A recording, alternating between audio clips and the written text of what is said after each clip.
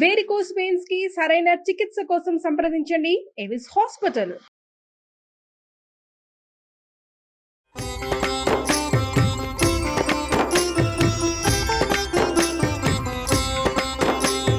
నమస్కారం. విష్ణు పురాణం 27వ భాగంలోకి వచ్చాం. అర్జునుడు శ్రీకృష్ణుని భార్యలతో కలిసి ప్రయాణం చేస్తున్నాడు. హస్తినాపురానికి వెళ్తున్నారు వాళ్ళు. విల్లంబులు ఎప్పుడూ సిద్ధంగా సాచి ఇట్లా పట్టుకుని ఉన్నాడట అతను. అడవిలో ఏ ప్రమాదం వస్తుందోనని జాగ్రత్త కోసం. కొంత దూరం గడిచాక వాళ్ళు చాలా గాఢమైన దట్టంగా ఉన్న అడవిలోంచి వెళ్ళవలసి వచ్చింది. అలా వెళ్తూ ఉంటే అటు ఇటు కొండపల్లెల్లో ఉండేటువంటి బోయలు మూకలుగా వచ్చి అడ్డం పడిపోయారట అర్జునుడికి.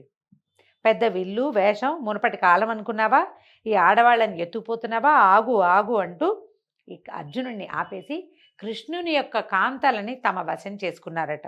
అర్జునుడు కోపించి గాంధీమ పట్టుకుని ఉంచుకుని ఉన్నాడు. ధనుస్సు రెడీగా ఉంది, భుజాన వెళ్ళాడేసుకోకుండా. ఎక్కుపెట్టకపోయేసరికల్లా ఆ చేతులకి శక్తి లేకుండా అయిపోయేదట. గాంధీవాన్ని ఇట్లా పట్టుకుని లాగాలంటే శక్తే సరిపోలేదట. తరుగులేని బాణాలుండే అమ్ములపది ఆయనకి ఏమిటి అక్షయ తూణీరాలంటారు. తీసిన కొద్దీ వస్తూనే ఉంటాయి ఆ అంబులపదులేంచి బాణాలు. ఒకటి లేదట అందులో. అస్త్ర మంత్రాలు ఏదైనా జ్ఞాపకం చేసుకుందంటూ ఎన్ని అస్త్రాలు ఉన్నాయి. ఎన్నో దివ్యాస్త్రాలు కలిగిన వాడు అర్జునుడు. ద్రోణుడే ఎన్నో అస్త్రాలు చెప్తే ఇంద్రుడు ఇచ్చిన ఉన్నాయి, పరమేశ్వరుడు ఇచ్చిన పాశుపతం ఉంది. ఏది ఒక్క మంత్రం కూడా జ్ఞాపకం రాల. అనుకున్నాడు, దుఃఖంతో కుంగిపోయాడట. కృష్ణుడితోటే నా బతుకు గౌరవం అంతా పోయిందా, ఆయన వెళ్ళిపోయాడు, నాది కూడా అయిపోయిందా అని దుఃఖంతో కుంగిపోయాడు. ఆ బోయలు వచ్చిన వాళ్ళంతా ఈ ఆడవాళ్ళని ఎత్తుకుపోయారట. అర్జునుడు ఏమీ చేయలేకపోయాడు. విచారంగా అడవిలో నడుస్తుంటే వ్యాస భగవానుడు ఎదురుపడ్డాడట. అప్పుడు అర్జునుడు దుఃఖంతో ఆయన పాదాల మీద పడి ద్వారకలో జరిగిందంతా చెప్పి, తర్వాత ఈ అడవిలో కిరాతుల వల్ల తనకు ఎట్లాంటి పరాభవం లభించింది, ఎట్లాంటి పరాభవం అని ఎదురైంది, కృష్ణుని యొక్క కాంతల్ని తను ఎట్లా రక్షించలేకపోయాడు, ఎందుకు ఈ వివశత్వము, ఈ చాతకానితనం నాకు ఎందుకు వచ్చింది అని విలపిస్తూ చిన్నబోయి చెప్పుకున్నాడట. చెప్పుకుంటే వ్యాసుడు అన్నాడు, కాల ప్రభావం అర్జున, పైనున్నవాడు కింద పడతాడు. మధుకైటపులతో పోరి విష్ణువు కింద పడలేదా? సూర్యచంద్రాదులు ఒక్కొక్కనాడు రాహుకేతువులకి చిక్కరా? వృత్రాసునితోటి పోరలేక ఇంద్రుడు అమరావతిని విడిచిపెట్టిపోలేదా? భీష్మునితో కలహించి పరశురాముడంతటి వాడు చేయి మడుచుకోవాల్సి వచ్చింది. భీష్మ ద్రోణాది మహాయోధులు నీ బాణాలకి బలి అయిపోలేదా? వాళ్ళ శక్తియుక్తి లేని వాళ్ళని అనగలమా అర్జున? ఈ శరీరం ఏదో ఒక సమయంలో ఉసురు తప్పి కింద పడవలసిందే. అలాంటి శరీరానికి ఏదో జరిగిందని జరుగుతుందని విచారించద్దు. కృష్ణుని భార్యలకి కిరాతులతోటి పరాభవం లభించింది, దొరికింది, అట్లా జరిగింది, బాధపడదు. మునుపు వాళ్ళకి తగిన బ్రాహ్మణ శాపం యొక్క ఫలితం ఇది. అష్టావక్రుడనే బ్రాహ్మణుడు మేరుగిరి దగ్గరలో ఉండేవాడట. ఒక సరస్సులో ఉండి స్నానం చేస్తూ తపస్సు చేస్తుంటే రంభాదులు అప్సరసలు చాలామంది విలాసయాత్రగా అక్కడికి వచ్చి తమ ఆటపాటలతో అష్టావక్రుని దయకు పాత్రులై అమరపురికి వెళ్ళారట. కొందరు అక్కడే ఉండిపోయి ఏమడిగట, మేము విష్ణుదేవుని భార్యలయ్యేలాగా వరం ఇవ్వాల్సిందని వేడగా వాళ్ళకి వరం ఇచ్చాడట ఆయన. ద్వాపర యుగంలో యదువంశంలో ఆ దేవుడు అవతరిస్తాడు, ఆయన పేరు కృష్ణుడు, మీరు ఆయన భార్యలవుదురుగాక అని వరం ఇచ్చాడట. ఆ మర్నాడు ముని కొలంలో ఉండి స్నానం చేస్తుంటే ఆ చూసిన ఆ కాంతలు ఆయన యొక్క నీరసంగా సన్నగా ఉన్న శరీరం చూసి నవ్వుకున్నారట. ఈయన ఎంత సన్నగా ఉన్నాడు అని. అనేసరికల్లా ఆయనకు కోపం వచ్చి, మీరు కృష్ణుని పరోక్షాన అంటే భగవంతుడు మిమ్మల్ని వదిలేసిన తర్వాత మీరు బోయల చేతుల్లో చెరలో పడుదురుగాక అని శపించాడు. ఆ కాంతలు భయపడి మమ్మల్ని రక్షించు అని కాపాడేసరికి మానభంగం కాక ప్రాణత్యాగం చేసి అమరపురికి వెళ్దురు. కానీ బోయల చేతుల్లో పడిన కృష్ణుని యొక్క కాంతలు ఎవ్వరికీ మానభంగం కాదు, వాళ్ళు ప్రాణాలు వదిలేస్తారు. కానీ వాళ్ళకి ఇది జరగవలసి ఉంది. మరి అష్టావక్రుని శాపం ఊరికే ఎలా పోతుంది? ఆ ముని మాట ఇట్లా జరిగింది, వాళ్ళు ప్రాణాలు విడిచి వెళ్ళిపోయారు, నువ్వేం బాధపడద్దు, కలియుగం ప్రవేశించింది, ఇంకా మీరు ఈ నేల మీద ఉండకూడదు, తపస్సు చేసి పరలోకానికి వెళ్ళిపోవాలి. ఈ మాట ధర్మనందనుడికి కూడా చెప్పమని ఆ వ్యాస మహర్షి వెళ్ళిపోయాడట. అప్పుడు ఈయన ఏం చేశాడు, వజ్రుడితో కలిసి హస్తినాపురానికి వచ్చాడు. అప్పుడు ఈ జరిగిందంతా ఈ కృష్ణుని వృత్తాంతము, కృష్ణ పరమాత్మ ఎట్లా ప్రాణాలు విడిచిపెట్టి వెళ్ళిపోయాడు దుఃఖంతో అర్జునుడు చెప్పిన మాటలు అయితేనండి విష్ణు పురాణంలో ఎక్కువగా చెప్పట్లేదు, కానీ భారతంలోని మౌసల పర్వంలో అక్కడ కృష్ణుని యొక్క దుఃఖం ఎంత వివరంగా రాస్తారో. మన బంధువు, మన స్నేహితుడు, మన ఆప్తుడు, మన రక్షకుడు, మన ప్రభువు భగవంతుడైన కృష్ణుడు ఏ రకంగా తన శరీరాన్ని విడిచిపెట్టి వెళ్ళిపోయాడు అని నానా విధాలుగా విలపిస్తూ వాళ్ళ అన్నయ్యకి చెప్పుకుంటాడు.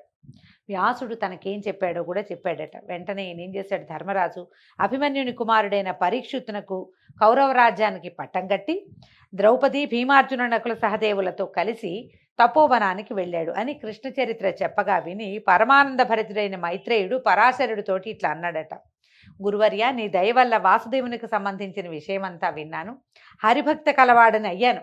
భగవంతుని గురించి తెలుసుకోవటం వల్ల భక్తి పరులవుతాం ఎవరమైనా. ఇక కలియుగ ధర్మాలు, జగత్ప్రళయ లక్షణాలు వినిపించవలసిందని మనవి అని అడగగా పరాశరుడు ఇలా చెప్పాడు. కలియుగ ధర్మం గురించి చెప్తున్నారండి. ఇదే మనకి తెలిసింది. ఇందులో చాలా విషయాలు మనకి తెలుసు, మనం అనుభవించి ఉంటున్నాము, చూస్తున్నాము కూడా, రేపు ఇంకా చూడబోతాం. కలియుగంలో ధర్మం ఒక్క పాదంలోనే నడుస్తుంది కాబట్టి ధర్మానికి నీడ లేదు.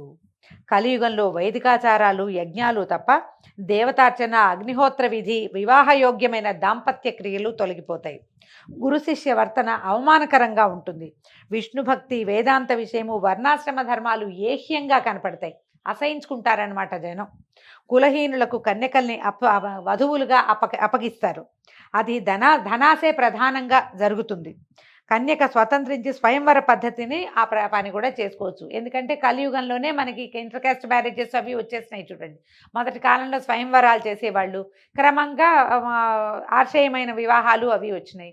మళ్ళీ ఏం చేశారు, ఈ కన్యాశుల్కం వచ్చింది. ఇప్పుడు వరవిక్రయం జరిగింది కొంతకాలం. ఇప్పుడు జరుగుతోంది కదా, మనం వరకట్నమేగా చేస్తున్నాం. క్రమంగా ఆడపిల్లలు స్వతంత్రించి కులాచారాలు తప్పి వేరే వివాహాలు వాళ్ళంతటి వాళ్లే చేసుకుంటారు. లేకపోతే తండ్రులు కూడా చేసేస్తారట పెళ్ళిళ్ళు. వర్ణ సాంకర్యం కలుగుతుంది. బలవంతుడే ప్రభువు, పేరుకి బ్రాహ్మణులే దీక్షితులు అయినప్పటికీ ఏ దేవతనైనా పూజించడానికి సిద్ధపడతారు. వాళ్ళు చెప్పిందే ప్రాయశ్చిత్త కాండ, వాళ్ళు పలికిందే శాస్త్రం, వాళ్ళ నిర్ణయమే నీతి. ధనం కలిగిన వాడే రాజు, కళ్ళలాడేవాడు, అబద్ధాలు చెప్పేవాడే నేర్పరి, పాప ప్రవర్తనులే భాగ్యవంతులు. కూటి కోసం కులసతులను విడిచి కులమర్యాద పాటించక మగవాళ్ళు కులం తక్కువ వారి కన్యలను పెళ్లాడతారు. ఈ తక్కువ ఎక్కువ అంటే ఆ రోజుల్లో ఉండే విధానాన్ని బట్టి చెప్పారండి. ఇప్పుడు మనం వాటి గురించి మాట్లాడలేం. ఒకటి ఎక్కువ కాదు, ఒకటి తక్కువ కాదు. 4 డబ్బులు వస్తాయంటే కొండంత ఆశతోటి అధమాధముండైనా ఆశ్రయించడానికి అన్ని జాతుల వాళ్ళు సిద్ధమవుతారు. కులానికి, గుణానికి కలియుగంలో మన్నన ఉండదు. స్త్రీలు పతిభక్తి లేని వారే తమ ఇచ్చ వచ్చినట్టు ప్రవర్తిస్తారు. పిల్లల్ని ఎక్కువగా కని పేదరికంతో బాధపడుతూ ధన సంపాదనకే చెడు మార్గాలను నడుస్తారు. తల్లిదండ్రులను, అత్తమామలను, అన్నదమ్ములను, చివరికి కన్నబిడ్డల్ని కూడా విడిచి స్వేచ్ఛాజీవన్లై 2 వంశాలకి అంటే పుట్టినింటికి మెట్టినింటికి కూడా మాయని మచ్చ కలిగిస్తారు. ఒకే మారు 2 చేతులతో తల గోక్కుంటారు. అంటే తల దొరదపడితే ఓ చేత్తోనే గోక్కోవాలి, 2 చేతులు నెత్తి మీద పెట్టకూడదు. మన వాళ్ళు గుర్తుందేమో మీకు చాలామందికి, దరిద్రం అని చెప్తారు. చిన్నపిల్లలు తలలో పేలు పడతాయి, బరుక్కుంటారు, తల 2 చేతులు నెత్తి మీద పెడతారు. అందుకని తల మీద 2 చేతులు చేర్చకూడదు అసలు. ఆ అబద్ధాల పుట్టలై పరుషవాక్కుల నోళ్లతోటి కలియుగాన ప్రవర్తిస్తారు. బ్రాహ్మణులు స్నానము, సంధ్యా జపము, వేదపాఠము విడిచి దురాచార పరులై కులజాతి ధర్మాలని ఒల్లక నీచంగా ప్రవర్తిస్తారు. పరిపాలకులు అన్యాయ ప్రవర్తన వల్ల వానలు కురవవు. ఆ విధంగా పంటలు కూడా తగ్గిపోతాయి. వైశ్యులు లాభం కోసం వర్తకం చేయటమే కానీ పరులకు తోడ్పడడానికి కాదు. ఇదివరకటి కాలంలో అలా ఉండేది కాదండి. ద్వాపరం దాకా వైశ్యుల వర్తకము ప్రజలకి సహకరించడం కోసం అన్నట్టుగానే ఉండేదట. కలియుగంలో అది కాదు, ఎవరి బిజినెస్ వాళ్ళదన్నమాట. మిగిలిన జాతుల వాళ్ళు పై జాతుల వారికి వేదశాస్త్ర ధర్మాలు బోధించే గురువులు అవుతారు. ధనకాంక్షతో జనులు అన్ని జాతుల వాళ్ళని ఆశ్రయిస్తారు. తల్లిదండ్రుల యందు భక్తి లేక కుమారులు అత్తవారి గుమ్మాలలో అల్లలాడుతూ ఉంటారు. వాళ్ళ అత్తవారి ప్రాపకం కోసం అత్తారిళ్లలో చేరతారు. కలియుగం చివర కాంత 5-6 ఏళ్లకే కొడుకుని కన్న తల్లి అవుతుంది. కలియుగం చివరిలో అంటే 5-6 ఏళ్లకే పిల్లలు పుట్టేస్తారట. మనం ఇప్పుడు చూస్తున్నాం 14-13 ఏళ్లకి పెద్దవాళ్ళు అవ్వాల్సిన ఆడపిల్లలు 7-8 ఏళ్లకే అయిపోతున్నారు. కొంతకాలానికి తల్లులు కూడా అవుతారని చెప్తున్నారు. 12 సంవత్సరాలకే ముసలిదయ్యి 20 ఏళ్ళు నిండగానే మరణిస్తుంది. అంటే లైఫ్ స్పాన్ తగ్గిపోతుందని చెప్తున్నారు అంతే. పురుషుడు కూడా 20 ఏళ్లకే పైలోకాలకు వెళ్ళిపోతాడు. వేదశాస్త్రాలు రూపుమాసిపోతాయి. పాషండ మతం తెగ పెరుగుతుంది. ఆదిదేవుడైన హరిని సేవించక అల్పదైవాలని ఆరాధిస్తూ ఉంటారు. అన్ని జాతుల వాళ్ళు అన్ని జాతుల్లాగాను ఏ జాతికి ప్రత్యేకమైన ప్రవర్తన ఉండదు. అన్ని విద్యలకి ఆధారము అన్ని జాతుల వాళ్ళకి ఇదివరకు ఏంటంటే ఈ జాతికి ఈ విద్య అని ఒక నియమం ఉండేది. ఇప్పుడు అట్లా ఉండదట. మేచ్చులు పరిపాలకులు అవుతారు. పుణ్యాత్ముడికి అచిరకాలంలో యమదర్శనం అవుతుంది. తొందరగా చనిపోతారట. పాపకర్ముడు పాపి చిరాయువు అంటారు మన వాళ్ళు. పుణ్యాత్ములేమో తొందరగా పోతారు, పాపాత్ములేమో చిరకాలం జీవిస్తారు. అల్పబుద్ధి అలాగే అల్పమైన ఐశ్వర్యం తప్ప మంచి బుద్ధి నిండుగా ఐశ్వర్యము ఉండవు. అయితే చెప్పవలసినటువంటి విశిష్టమైన వార్త ఏంటంటే, కృతయుగాదుల్లో ఎంతో ప్రయత్నిస్తే కానీ మేలు కలగదు, కలియుగంలో అది సులభంగా కలుగుతుందట. కలియుగంలో సులభంగా మేలు కలుగుతుంది. దీనికి ఒక కథ చెప్తారట. ఏమని చెప్తున్నారు? ఒక పూట మునులంతా కూడి తక్కువగా ధర్మక్రియలు ఎక్కువగా ఫలితము ఎట్లా సాధ్యమవుతుంది అని చర్చించారట. వాళ్ళకి సమాధానం దొరకలేదట. పదండి వ్యాస భగవాను అడగచ్చని బయలుదేరి వెళ్ళారు. గంగానది దగ్గరికి వెళ్ళారట. ఆ సమయంలో గంగానదిలో స్నానం చేస్తున్నారు. పరాశరుని కుమారులు కదా ఈయన వ్యాసులు. పరాశరుల వారు చెప్తున్నారు, మా కుమారుడు గంగలో స్నానం చేస్తున్నాడు. మునులంతా ఏం చేశారు? గట్టు మీద ఉన్న చెట్ల నీడల్లో కూర్చున్నారట. కూర్చుని ఉన్నారు. చూసి ఈ లోపల వ్యాస భగవానుడు అటు తిరిగి ఉన్నవాడు ఇటు తిరిగి చూసి వీళ్ళు కనపడేసరికల్లా స్నానం చేస్తూనే, ఏమిటి నాయనా ఇలా వచ్చారు అని కనుక్కున్నాడు. కనుక్కుంటే అప్పుడు వీళ్ళు ఏమన్నారు కరాక గట్టిగా, కలి సాధు శూద్ర సాధు స్త్రీ సాధు, కలి సాధువు శూద్రుడు సాధువు స్త్రీ సాధువు అని 3 సార్లు అని అనుష్ఠానం నెరవేర్చి వాళ్ళ వద్దకు వచ్చి అభివాదము ప్రత్యభివాదము పలకరింపులు అయినాక మునులు అడిగితే ఇట్లా అన్నాడట. స్నానం చేస్తూ వీళ్ళు అడిగారనమాట, నువ్వేమిటో స్నానం చేస్తూ శూద్రులు కాంతలు సాధులు అన్నావు, ఏమిటి నాయన, ఏమిటి ఆ తత్వం అర్థం ఏమిటి అని అడిగేసరికల్లా వీళ్ళు ఏం చెప్పారు? కృతయుగంలో భక్తితో 10 సంవత్సరాలు ధ్యానం చేస్తే వాసుదేవుడు సంతుష్టుడవుతాడు. త్రేతాయుగంలో 1 సంవత్సరం యజ్ఞం చేస్తే మాధవుడు అనుగ్రహిస్తాడు. ద్వాపర యుగంలో నెల దినాలు భక్తితో పూజిస్తే శౌరి కృష్ణుడే విష్ణుమూర్తి సంప్రీతుడవుతాడు. కలియుగంలో నిర్మల భక్తితో మనసారా ఒక్కనాడు భజిస్తేనే చక్రధరుడు ఆనందిస్తాడు. ముందు చెప్పిన 3 యుగాలలోనూ ఎంతో శ్రమపడి సేవిస్తే వచ్చేంత ఫలితం అంత సంతృప్తిని కలిగించదు. కానీ కలియుగంలో అల్పమైన శ్రమతోటి అధికమైన సత్ఫలం కలుగుతుంది. కాబట్టి మేలైనది కలియుగము అని చెప్పాడట. వేదాలు చదివి దీక్షాపరులై యజ్ఞాలు చేస్తూ ఉత్తమ వ్రతాలు ఆచరిస్తూ దేవతల్ని అతిథుల్ని ఆరాధిస్తూ బ్రహ్మచర్యము కులాచారము తప్పకుండా పాటిస్తూ బ్రాహ్మణులు క్షత్రియులు వైశ్యులు శుచిగా ప్రవర్తించాలి. ఇప్పుడు చెప్పిన వాటిలో ఏ ఒక్కటి విడిచినా ఆ జాతుల వాళ్ళకి పుణ్యఫలితం రాదు. ఇక శూద్రుడు బ్రాహ్మణ సేవ చేస్తే పుణ్యఫలం అధికంగా పొందుతాడు. ఒకవేళ చేయకపోయినా వాడికి వచ్చే పాపం ఏమీ లేదట.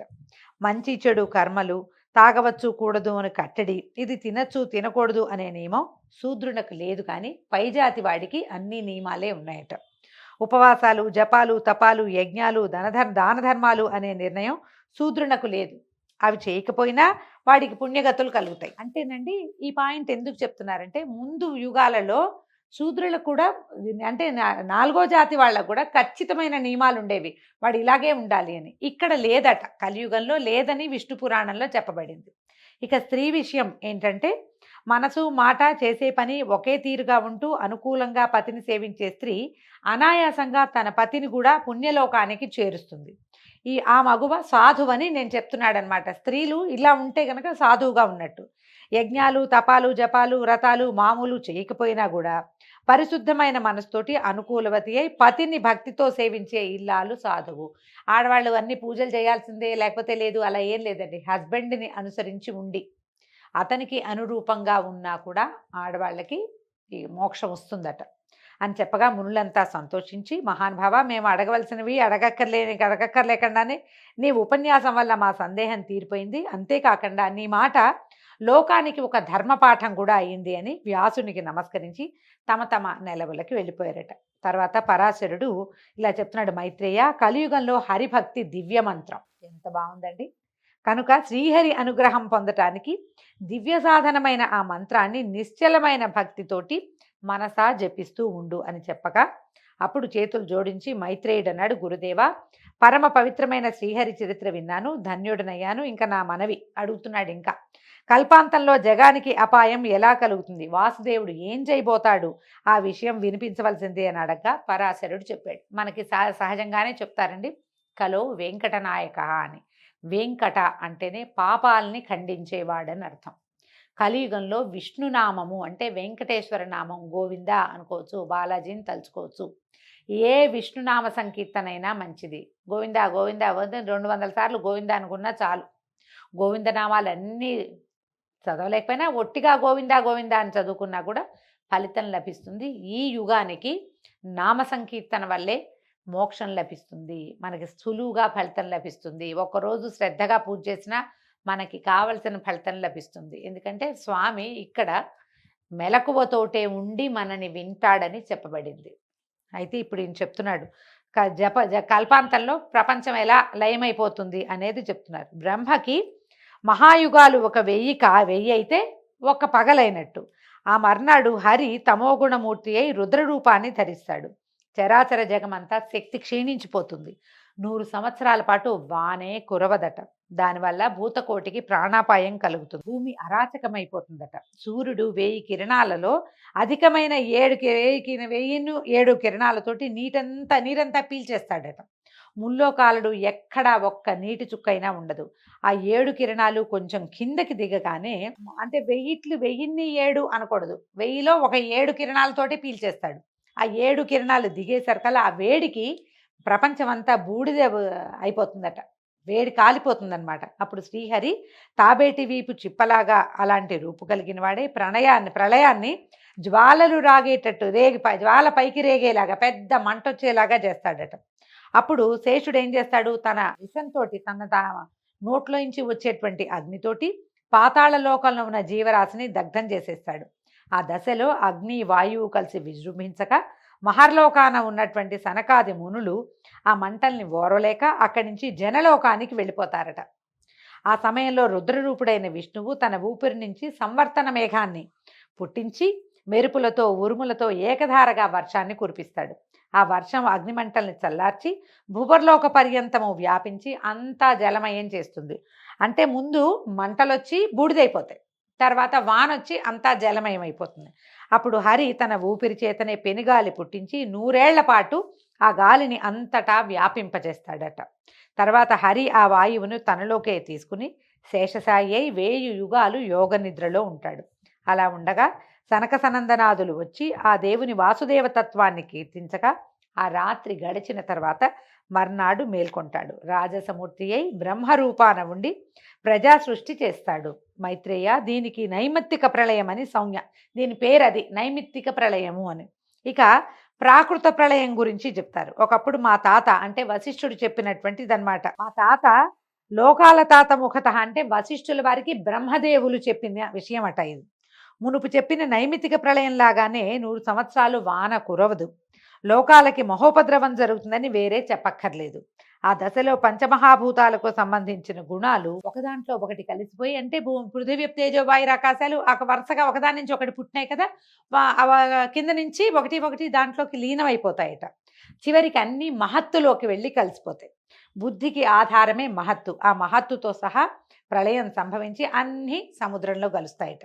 అప్పటికే సముద్రాలన్నీ కలిసి ఒకటిగా అయిపోతాయి. సారమంతా ప్రకృతిలో లీనమైపోతుంది. ఈ విధంగా ఇది ప్రాకృతిక ప్రళయంగా చెప్పబడుతుంది. ఇది ఇట్లా ఇందులోకే కలిసిపోతుంది. మొదటిదేమో సూర్యుడి వల్ల బూడిద, విష్ణువు వల్ల జలము, ఇలా ఒకదాని వెనకాల ఒకటి వస్తాయి. ఈ ప్రాకృతిక తత్వం ఏంటంటే అవ్యక్తిక పురుషుడిలోకి, అవ్యక్తమైన ఒక పురుషుడిలో కలిసిపోతుంది. ఆయన ఎవడు? ఆ మహాత్ముడు శుద్ధుడు, అక్షరుడు, భవ్యుడు, ఏకాకి, సర్వవ్యాపి అయి ఉంటాడు. ఆ పురుషుడు సర్వాత్ముడైన పరమాత్ముని అంశ వల్ల జన్మించినవాడు. ఆ పరమాత్మనకు నామరూపాలు, జాతి అనేవి ఏవి ఉండవు. జాతి జననము ఏమీ లేదట. జ్ఞానమయుడు, సత్తామాత్రుడు, పరముడు, బ్రహ్మ, ఈశ్వరుడు అని చెప్పదగినవాడట ఆయన.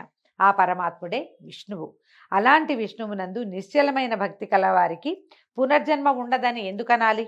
ఆ విష్ణువునకు లయము లేదు, సర్వవ్యాపిగా ఉంటాడు, సర్వ సంస్తుత్యుడు, అందరితోటి కొనియాడదగిన వాడనమాట.